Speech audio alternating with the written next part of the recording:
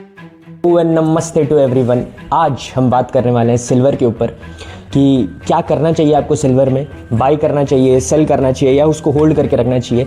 Analyst reviews देखेंगे, valuations देखेंगे, silver इतना बढ़ क्यों रहा है वो सब देखेंगे। तो बहुत कुछ देखेंगे आज, क्योंकि देखिए मेन आज इतना सिल्वर के ऊपर एनालिसिस करने का मतलब इसीलिए है क्योंकि सिल्वर जो है अभी बहुत ज़्यादा बढ़ चुका है और एक अनचार्टर्ड टेरिटरी में जा चुका है। तो अगर आज आप सिल्वर को बाई करते हैं और वो वहाँ से गिर जाएगा तो भी आपका लॉस। अगर आप उसे सेल कर देते हैं, आपके पोर्टफोलियो में ऑलरेडी आप उसे सेल कर देते हैं और वो यहाँ से बढ़ जाएगा तो भी आपको एक मन में फोमो हो जाएगा कि यार काश नहीं करता सेल। तो आज हम अच्छे से पूरा एनालाइज करेंगे सिल्वर को कि क्या हो सकता है, क्या होगा। एनालिस्ट रिव्यूज़ देखेंगे, बहुत कुछ देखेंगे आज। तो एंड तक वीडियो में बने रहिएगा ताकि आपको एक पूरा अच्छा ज्ञान मिल सके। तो पहले चालू करते हैं विथ सिल्वर का इंट्रोडक्शन से। तो सिल्वर एक बहुत ही मल्टी यूटिलिटी मेटल है। वो हमेशा से बहुत अलग अलग जगह यूज़ आते रहा है और आज भी वो बहुत अलग अलग जगह यूज़ आता है।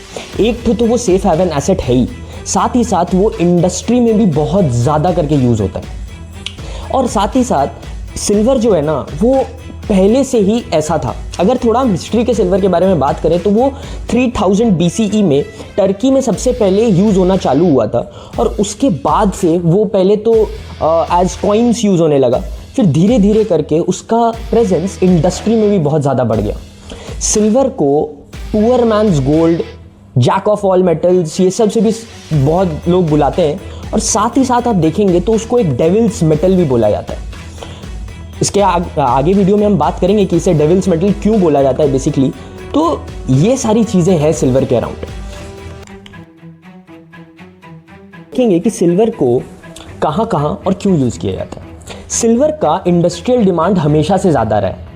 वो हम आजकल के टाइम पे ग्रीन एनर्जी, ईवीज़, साथ ही साथ इलेक्ट्रॉनिक्स और मेडिकल में भी बहुत ज़्यादा यूज़ होता है। इन्वेस्टमेंट और सेफ हेवन एसेट तो वो हमेशा से ही है। साथ ही साथ आप देखें तो सिल्वर हमेशा से सप्लाई शॉर्टेज में बहुत ज़्यादा बड़ा है क्योंकि ये निकलता है फ्रॉम बाई प्रोडक्ट माइनिंग। जो जब बेसिकली आप देखें तो गोल्ड और कॉपर निकलते हैं तो ये साथ में उसके संग निकलता है। एजिंग माइंस भी बहुत बड़ा प्रॉब्लम है क्योंकि आजकल जो माइंस हैं वो बहुत पुराने हो गए हैं, जिसके कारण सिल्वर जो है वो उतना ज़्यादा नहीं निकल पा रहा है। साथ ही साथ मार्केट डेफिसिट भी बहुत ज़्यादा है, जिसके कारण डिमांड हमेशा बढ़ता रहता है। मैक्रो फैक्टर्स भी सिल्वर के ऊपर बहुत बड़ा फैक्टर प्ले करता है क्योंकि आप देखें तो जब भी USD वीकन होता है तो सिल्वर बढ़ता है, इंटरेस्ट रेट लोअर होते हैं तो डिमांड बढ़ता है और सिल्वर बढ़ता है। साथ ही साथ ये बहुत ज़्यादा और अलग अलग जगह पे भी यूज़ होता है, जिसके कारण silver is a very important part of the world. अब हम बात करते हैं कि सिल्वर अभी के टाइम पे इतना क्यों बढ़ रहा है। क्योंकि आप देखें तो अभी जिस जगह पे सिल्वर है वो एक बहुत बड़ा अनचार्टर्ड टेरिटरी में चला गया है। तो ये देखना भी बहुत इंपॉर्टेंट है कि सिल्वर इतना बढ़ क्यों रहा है। सिल्वर हमेशा से गोल्ड से बहुत ज़्यादा वोलेटाइल एसेट रहा है और वो फ्लक्चुएट बहुत ज़्यादा करता है इन द मार्केट। साथ ही साथ आप देखें तो अभी के टाइम पे उसका इंडस्ट्रियल डिमांड बहुत ज़्यादा बढ़ चुका है क्योंकि ईवीज़ में सिल्वर बहुत ज़्यादा करके यूज़ होने लग गया। साथ ही साथ आप देखें अगर तो AI और इन इलेक्ट्रॉनिक्स में जो भी चिप्स बनते हैं या दूसरे प्रोडक्ट्स बनते हैं उसमें सिल्वर का बहुत बड़ा रोल होता है। एक तो सिल्वर बहुत बड़ा कंडक्टर भी है इलेक्ट्रिसिटी का, इस वजह से भी। साथ ही साथ आप देखें तो सोलर पैनल्स में भी सिल्वर बहुत ज़्यादा यूज़ होने लग गया। आप देखेंगे तो सोलर पैनल्स में जो बेसिकली प्रोडक्ट जो खपत है सिल्वर की वो 10.5% से बढ़ चुकी है। साथ ही साथ में वो वायरिंग और सेंसर्स में भी बहुत ज़्यादा यूज़ किया जाता है, जो अभी के टाइम पे सिल्वर का डिमांड बहुत ज़्यादा बढ़ा रहा है। साथ ही साथ आप देखें तो अभी सप्लाई शॉर्टेजेस भी बहुत ज़्यादा बढ़ गए हैं। US का रेट कट एक्सपेक्टेशंस है, इस वजह से और साथ ही साथ जियोपॉलिटिकल फैक्टर्स के कारण भी सिल्वर लगातार बढ़ते जा रहा है। सिल्वर का ये जो अनचार्टर्ड टेरिटरी में ग्रोथ है ये सब फैक्टर्स के कारण बहुत ज़्यादा ड्रिवन है। साथ ही साथ आप देखें तो फोमो भी बहुत बड़ा फैक्टर प्ले करता है क्योंकि जब भी सिल्वर बढ़ रहा है तो लोगों को ये लगता है यार कि मैं अभी तक इसमें इन्वेस्ट नहीं किया, क्या होगा। तो इस वजह से लोग वापस घुस जाते हैं, जो सिल्वर का डिमांड को और ज़्यादा इंक्रीज़ किए जा रहा है। बात आप देखें तो चाइना भी बहुत ज़्यादा स्ट्रिंजेंट लाइसेंसिंग ले आया है सिल्वर के ऊपर, यानी कि वो एक्सपोर्ट्स को बहुत ज़्यादा कम कर दिया है यही जनवरी में, जिसके कारण सिल्वर का डिमांड और ज़्यादा बढ़ रहा है। आप अगर थोड़ा सा इस चीज़ को समझें तो आप देखिए सिल्वर का मेन 3 जगह से बहुत ज़्यादा ट्रेडिंग किया जाता है। एक है यूएसए, लंदन और चाइना। आप अगर अभी के टाइम पे देखेंगे तो बेसिकली चाइना जो है वो ट्रेडिंग यानी कि एक्सपोर्ट्स बंद कर दिया है, और आप देखें तो बाकी जगहों पे अगर कभी भी सिल्वर बढ़ता था तो ये दोनों जगह से उन वहाँ के जो इन्वेस्टर्स हैं बेसिकली वो आके यहाँ पर उसका जो प्राइस है उसको घटाने का कोशिश करते थे ताकि वो बढ़े नहीं, एक अनचार्टर्ड टेरिटरी में नहीं जाए। और जब भी बाकी कोई भी दूसरी जगह चाहे वो लंदन हो जाए या बीजिंग हो जाए वहाँ पे भी बढ़ता था तो बाकी दोनों जगहों से इन्वेस्टर्स जाते थे और उसका प्राइस को बचाते थे। गिरने के संग भी सेम किया जाता था ताकि वो एक वापस से एक जो बेसिकली फेयर वैल्यूएशन जो होता है सिल्वर का वहाँ पे आ सके। पर चाइना के एक्सपोर्ट्स को बंद करने के बाद ये और ज़्यादा खतरनाक तरीके से बढ़ रहा है। अब हम बात करते हैं सिल्वर के वैल्यूएशंस की। अगर आप देखें तो जो पहला मेट्रिक है जिससे सिल्वर वैल्यू होता है वो है गोल्ड टू सिल्वर रेशियो। जब भी gold to silver ratio 40 to 60 के बीच में होता है तो ये डिटरमाइन करता है कि सिल्वर ओवर वैल्यूड है, यानी कि सिल्वर एक्सपेंसिव है। जब भी ये रेशियो 60 to 80 के बीच में लाई करता है यानी कि दोनों ही फेयरली वैल्यूड है, और वेयर एज जब ये रेशियो 80 के ऊपर बढ़ जाता है तो माना जाता है कि गोल्ड एक्सपेंसिव हो रहा है। अभी के टाइम पे ये रेशियो जो है वो 46 to 47 के बीच में वेरी कर रहा है, जो साफ बता रहा है कि सिल्वर थोड़ा सा ओवर वैल्यूड हो चुका है। जो सेकेंड मेट्रिक है वो है इन्फ्लेशन और इंटरेस्ट रेट्स। जब भी इन्फ्लेशन मार्केट में बढ़ जाता है तो ये सिल्वर के प्राइजेस को पंप करता है, वेयर एज जब इंटरेस्ट रेट्स मार्केट में घट जाता है तो ये भी सिल्वर के वैल्यू को पंप करता है। अभी के टाइम पे ये मेट्रिक के अकॉर्डिंग जो बेसिकली सिल्वर है वो फेयरली वैल्यूड है, बहुत ज़्यादा ऊपर नीचे नहीं है। और क्योंकि मार्केट में जो बेसिकली यूएस के इंटरेस्ट रेट्स हैं वो 1.6 to 1.7% के आसपास चल रहे हैं, और सीपीआई जो है यानी कि जो हम लोग का इन्फ्लेशन का मेट्रिक है वो 2.5 के आसपास चल रहा है, तो ये माना जाता है कि सही है, तो फेयरली वैल्यूड है। जो थर्ड मेट्रिक है वो industrial demand and supply trends है। ग्लोबल सिल्वर माइन प्रोडक्शंस जो है, अगर आप थोड़ा सा जो मैं बात किया था पहले के टाइम पे, इंडस्ट्रियल डिमांड सिल्वर का ना बहुत ज़्यादा है। बहुत जगहों पे सिल्वर बहुत ज़्यादा डिमांड में है, जिस पे मैं ऑलरेडी बात कर चुका हूँ। तो उसके अकॉर्डिंग सिल्वर के डिमांड से जो सिल्वर का सप्लाई है वो बहुत ज़्यादा कम है, क्योंकि जो बाई प्रोडक्ट माइनिंग का मैंने बात किया था, कॉपर और सिल्वर जो है, कॉपर और गोल्ड बेसिकली जो है वो हमेशा सिल्वर से लिंक्ड है, क्योंकि जब भी कॉपर और गोल्ड का माइनिंग होता है तो सिल्वर जो है उसके संग बाई प्रोडक्ट में निकलता है। तो आप एक चीज़ देखिए, सपोज कीजिए कि आप एक माइन करते हैं कॉपर का, आप तब तक सिल्वर को माइन नहीं करेंगे जब तक कॉपर कम डिमांड मार्केट में नहीं बढ़ रहा, यानी कि उतना जो सप्लाई है वो आएगा ही नहीं। जो दूसरा सबसे इंपॉर्टेंट चीज़ है एज्ड माइनिंग। पहले के टाइम पे क्या होता था कि माइन जो था सिल्वर बहुत ज़्यादा किया जाता था, वो सारे जितने माइंस हैं वो इतने एज हो चुके हैं कि वहाँ से उतना प्रोडक्शन निकलता ही नहीं है। इसी वजह से जो मेनली सिल्वर है वो ऊपर जा रहा है, क्योंकि डिमांड बढ़ रहे हैं, सप्लाई घट रहे हैं। फिर जो एक और मेट्रिक आता है वो है करेंसी स्ट्रेंथ। यूएस डॉलर जब भी वीक रहता है तो सिल्वर बुलिश रहता है, और जैसे यूएस डॉलर स्ट्रांग होने लग जाता है तो वैसे ही सिल्वर का डिमांड गिरने लग जाता है और प्राइसेस भी गिरने लग जाते हैं।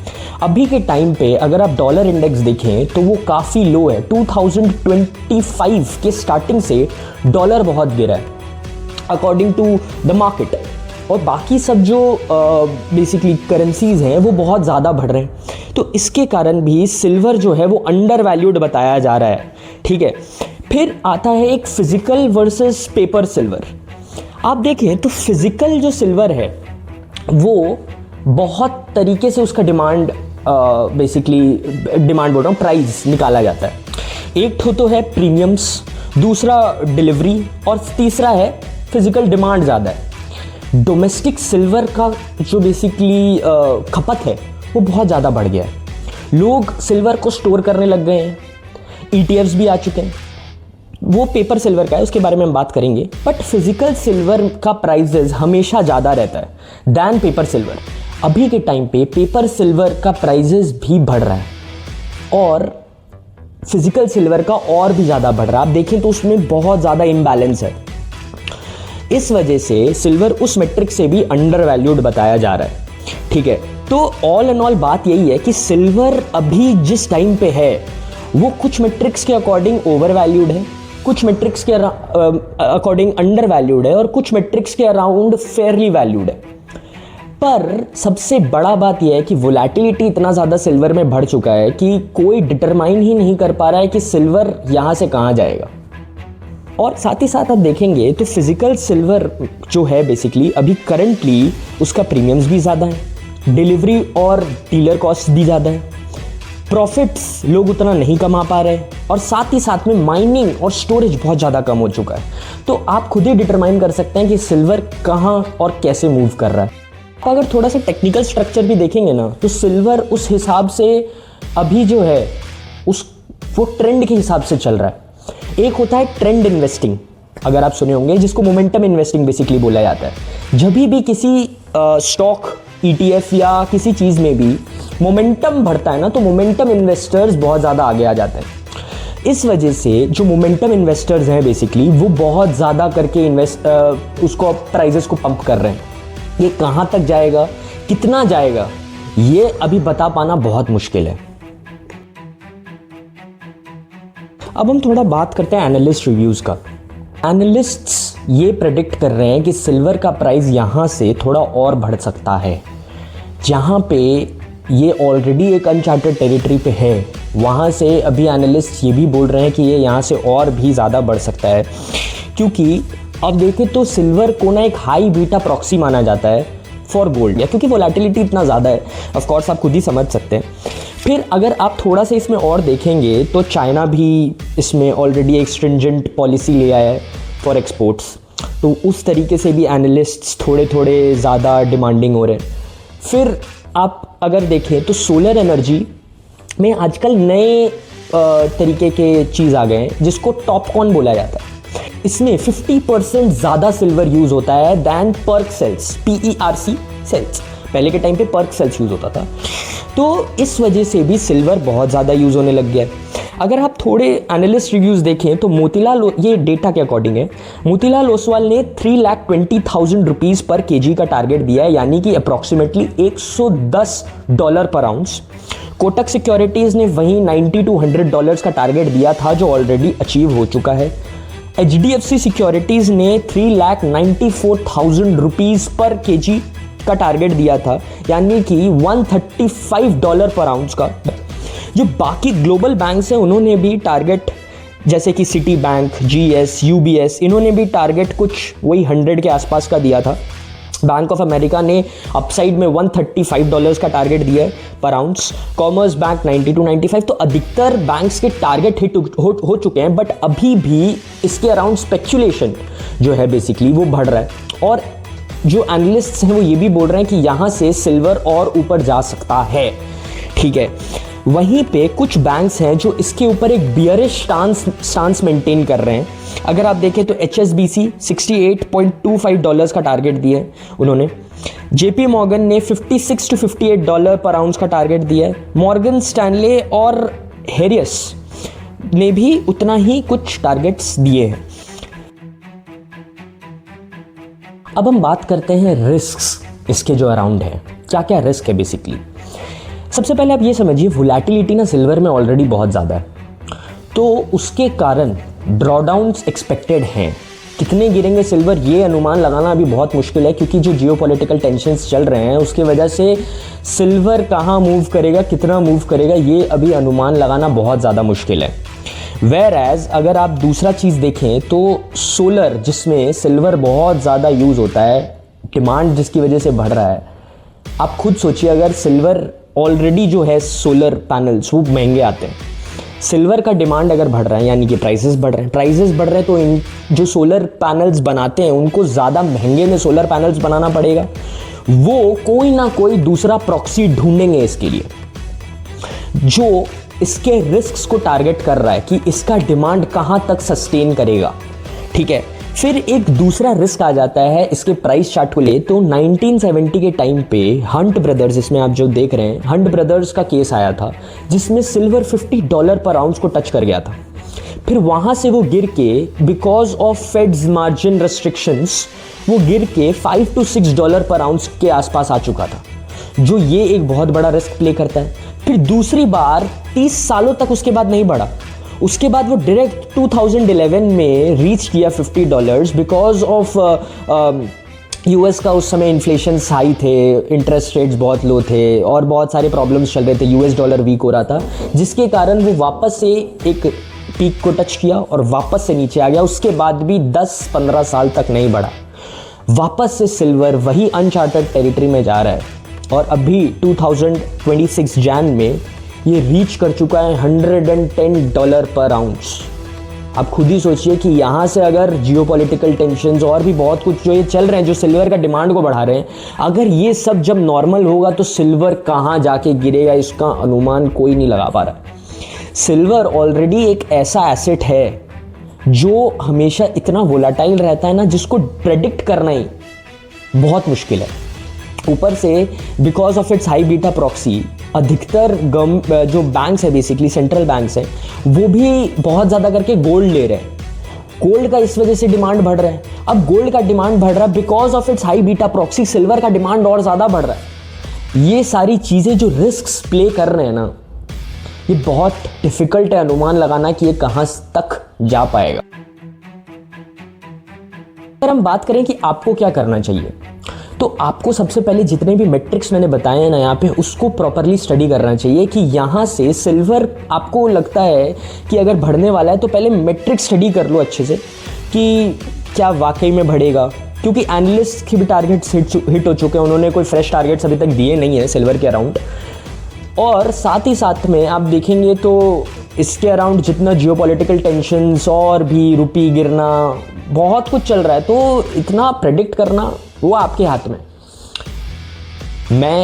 जो मेरा काम था वो मैंने पूरा कर दिया है, आपको सही रास्ता दिखाना कि आप कैसे इसको वैल्यूएशंस चेक कर सकते हैं इसका और कैसे इसको वैल्यू कर सकते हैं एक्चुअल में। अब यहाँ से आपका काम चालू है मेन कि आपको इसको कहाँ तक लेके जाना है, आपको होल्ड करना है, बाई करना है या इसे सेल कर देना है। बाकी मैं बस इतना ही बोलूँगा, आप यहाँ तक बने हुए हैं, सब्सक्राइब कर लीजिए यार, मेरा भी थोड़ा सा मोटिवेशन बूस्ट होता है, मैं भी और अच्छे हाई क्वालिटी कंटेंट आपके लिए लेके आ पाऊँगा। सब जल्दी सब्सक्राइब कर लीजिए। और देखो ज़्यादा मैं नहीं बोलता, वो आपके हाथ में है कि सुपर 30 के भाषा में ज्ञान बांटने से 2 का 4 होता है और नहीं बांटने से 2 का 0। तो शेयर कीजिए, लाइक कीजिए, सब्सक्राइब कीजिए, सबको भेजिए जिसको जो अभी सिल्वर खरीद के बैठा है उनको डिसीजंस लेने में आसानी होगा। जो सिल्वर नहीं खरीदा है उनको भी डिसीजन लेने में आसानी होगा, कहीं वो फोमो में ना खरीद लें। और जो लेके ऑलरेडी बैठे हैं उनको भी डिसीजन लेने आसानी में होगा कि यार मैं इसको होल्ड करके रखूं या और सेल कर दूं। तो करिए और बने रहिए हमारे संग, और ऐसे फ्रेश कंटेंट्स के लिए जल्दी लेके आऊँगा नया वीडियो। तब तक के लिए जय हिंद, जय भारत, पीस।